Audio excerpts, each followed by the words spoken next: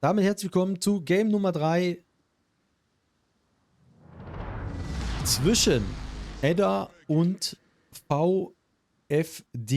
Edda spielt mit folgender Schiffsaufstellung mit einer Vladivostok, Tallinn, Akazuki, Le Fantasque und Le Terrible. Auf der anderen Seite bei dem Team von VFDK haben wir Bogodino, Türpitz, Chapayev, Akazuki und Kit. Das heißt, von der Schiffsaufstellung wurde nichts geändert. Wir schauen uns die Aufteilung an. Smoke Train wird tatsächlich auf A gespielt bei dem Team von VFDK.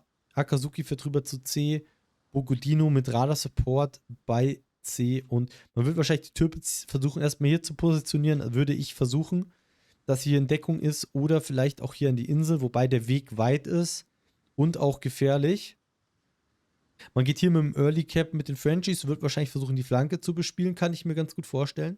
Würde sich hier anbieten, mit der Geschwindigkeit hier rauszufahren und dann den Gegner so ein bisschen zum Runden, muss aber aufpassen, dass man nicht zu sehr aufmacht. Smoke Train kommt sofort von der Kit. Ich hoffe, diesmal ein bisschen bogenförmiger. Und da wird es jetzt interessant werden, wer wen als erstes catcht. Tatsächlich hat Edda jetzt einen kleinen Vorteil, weil die wissen, wo der Smoke Train startet und können das jetzt für sich auch nützen.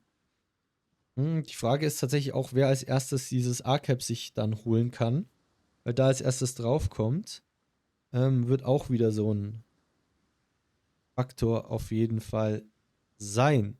So, jetzt kommt der Smoke Train von Edda. Ja, sie schieben jetzt hier rein. Radar kommt. Für die Kit, die weiß jetzt tatsächlich, wo das Radar ist. Sein Pech ist tatsächlich, er wird genau gecatcht an seiner flachen Stelle. Ich weiß jetzt nicht, warum die Akazuki nicht schießt. Jetzt ist er auch im Radar. Jetzt schießt er. Er hätte schon viel früher schießen können. Ja, also der Trade könnte auf jeden Fall unangenehm werden für die Akazuki. Weil tatsächlich das Radar von der Chapayev etwas länger geht. Und da kann man gut was machen. Vorteil ist natürlich jetzt für VfDK, sie sind jetzt an der A-Insel. Die Kit kann das hier holen. Jetzt wird es tatsächlich auch interessant sein, wie wir es drüben spielen. Bogodino schiebt jetzt hier ran. So schnell wie möglich. Ist jetzt in diesem Crossfire. Ich hoffe, der steht jetzt hier nicht statisch, sondern der reversed. Oh, das ist gefährlich. Tatsächlich gefährlich. Wenn du hier einen Smoke Train hast, kann das tatsächlich nach hinten losgehen. Ich hätte gedacht, er fährt hier full sendet an die Insel und richtet sich nach da aus, um hier Art mit zu verteidigen. Die Türpitz wird den langen Weg suchen, aber das Problem ist, wenn man mit der Türpitz tatsächlich hier durchfährt, hat man viel offene Fläche und das möchte man tatsächlich verhindern. Ja, die Bogodino wird hier jetzt gut angefasst. Die Akazuki nutzt jetzt hier Reganz mit, um zu helfen. Also das ist tatsächlich das unoptimalste Positioning überhaupt. So offensiv mit einer Bogodino. So, jetzt hat man umgeswitcht auf die Akazuki, die sich jetzt smoked. Aber tatsächlich geht bei den DDs hier sehr wenig Damage rein, ne? Dafür, dass die Akazuki eigentlich statisch steht. Macht man hier fast kein Damage. Das ist sehr, sehr merkwürdig. Ja, jetzt wird wieder umgeswitcht auf die Bogodino. Man hat jetzt tatsächlich das Cap, die Kate hat das Cap verlassen. Sehr, sehr interessant. Hätte ich jetzt nicht gedacht. Der fährt jetzt hier außen lang. Ich hätte jetzt gedacht, man schaut zumindest, dass man seine Türpitz vielleicht hier reinstellt.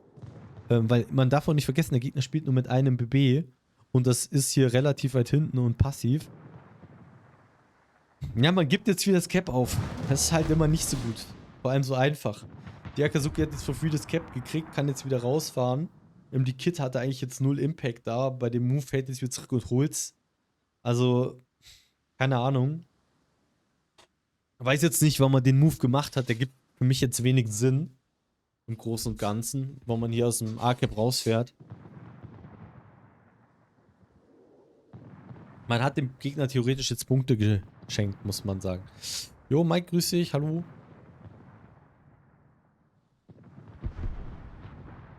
Oha, die Akazuki kriegt jetzt nochmal einen von der Türpitz. Ja. Verstehe auch tatsächlich nicht, warum man nicht einfach an der. Weil man nicht einfach hier an der Ecke stehen bleibt. Um da safe zu sein.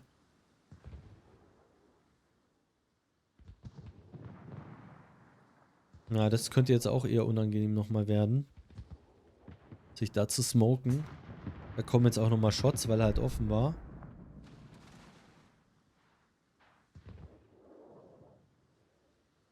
Ah, die Typen wieder Breitseite fahren, wieder einen Gamer-Turner machen. Das zweite Mal schon. Und da nimmst du halt relativ viel Damage, was halt auch nicht sein muss. Tallinn hat auch schon gut gelitten.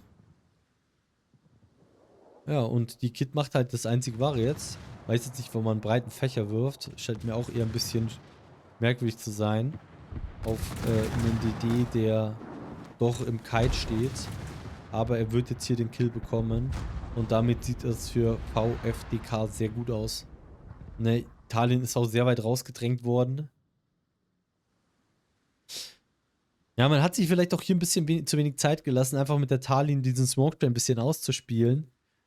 Aber die Frenchies kriegen jetzt auf der anderen Seite die Akazuki. Die hat sich hier ein bisschen abholen lassen.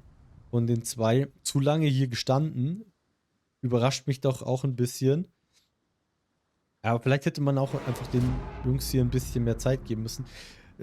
Vielleicht sollte auch die Vladivostok jetzt mal überlegen, ob sie nicht irgendwann mal was macht, weil immer nur im Spawn stehen und reversen ist halt auch nicht der Key, wenn man cap-technisch hinten ist. Muss man schon ein bisschen was zeigen. Man hätte tatsächlich hier reinschieben können und mit dem Smoke Train einfach verteidigen, wenn man sowieso für das Cap spielt. Hätte man deutlich mehr machen können. Ja, das Problem ist halt, man spielt jetzt gegen eine Bogodin, die Radar hat. Und wenn man cappen möchte, sollte man das demnächst auch tun. Ja, vielleicht kann die Tallinn jetzt hier Crossshots setzen auf die Bogodino. Die zeigt nämlich jetzt den BB gerade Breitseite. Er kann hier durchschießen.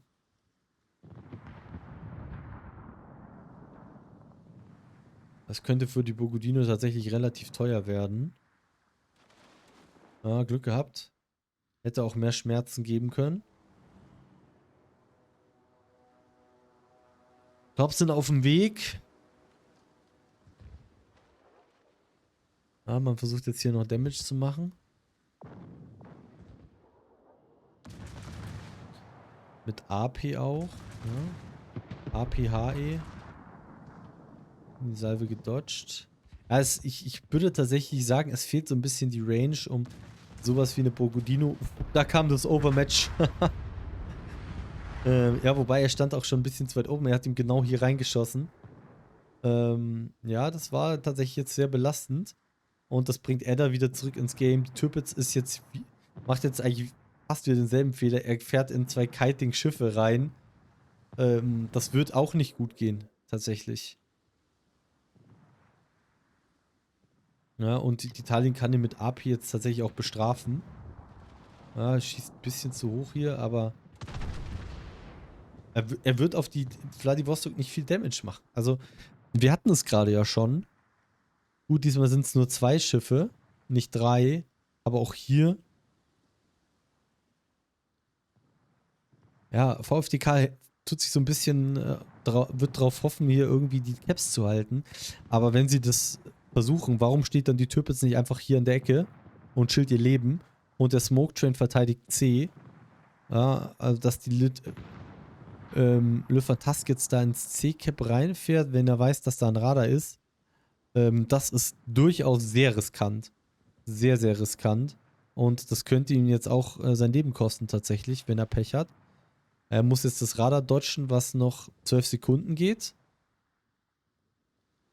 Und die Chapayev kann ihm guten Damage machen. Kid schießt jetzt, ich verstehe nicht, warum die Terrible nicht mit dem Reload Booster, er hat keinen Reload Booster, aber warum schießt er nicht zurück auf die Kid, weil Spotted ist er ja sowieso gewesen. Na gut, er hat sich jetzt zugehen lassen, aber hier wieder. Es ist so schade, ich habe es gerade vorhin halt gesagt, die Türpitz wirft sich halt in Game Nummer 2 wieder weg. Wieder in die Kiting-Schiffe rein, ich weiß auch nicht, warum er jetzt hier Torps wirft, er hofft vielleicht irgendjemanden zu wischen mit 6 Kilometer Torps. Die Le Fantasque war hier gespottet. Ja, er fährt halt auch in Crossfire rein. Ne, wenn er wenigstens hier stehen bleibt, eng an der Insel, dass er von der Tallinn nicht gefarmt werden kann. Ne, er fährt jetzt halt auf offene Wasser und wird halt weggesnackt. Ziemlich entspannt. Der einzige Vorteil tatsächlich, den VfDK hat, ist, dass sie aktuell noch ein Cap haben. Und vielleicht auch noch, nee, sie werden es wahrscheinlich nicht hinbekommen. Ja, wenn sie die Le Terrible kriegen, können sie sich wieder umpositionieren, wieder Druck aufbauen. Sie haben halt ein A-Cap, wo der Gegner sehr weit weg ist, aber sie werden auf jeden Fall das C-Cap jetzt verlieren. Ja, also man hat eigentlich mit 2 BBs das nicht gut gespielt. Das eine statt Open Water hier und das andere ist, hat sich ein bisschen reingeintet in 2 kitende Schiffe rein. Also entweder man spielt defensiv oder man pusht. Ne, aber 2 gegen 1 sucht man halt auch nicht mit einem BB. Vor allem nicht gegen Schiffe, die einen gut punishen können dafür. Ah, und jetzt entgleitet ihnen natürlich das Game. Sie haben den Smoke Train, mit dem sie ja nichts mehr machen können. Die Le Terrible macht das hier auch gut. Der zieht sie halt weg vom Cap. Normalerweise müssten sie sagen, okay, mir ist das Cap, mir ist die Le Terrible egal. Wir gehen fürs Cap. Vielleicht kriegen sie jetzt noch den Kill. Radar ist ready. Und die Le Terrible wird jetzt wahrscheinlich ein bisschen Damage bekommen. Die Frage ist, kriegt er das weitestgehend gut gedodged? Ja, das hat tatsächlich auch nicht so geschnalzt, wie es hätte schnalzen können oder sollen. Ja, er versucht da sein Bestes zu dodgen. Ja, das Radar läuft jetzt aus und der kriegt den Kill tatsächlich nicht, oder? Mit der Salbe vielleicht? Nee, doch, er kriegt den Kill. Ja, das ist nochmal gar nicht so schlecht. Aber ihr seht schon, die Le Terrible ist schon auf dem Weg zu A. Also allein vom Cap-Game wird es Edda gewinnen. Ne? Sie haben nur eine volle Vladivostok. Da wird der Smoke Train sich auch unfassbar schwer tun, da wirklich was rausmachen zu können, da was rausziehen zu können. Ja.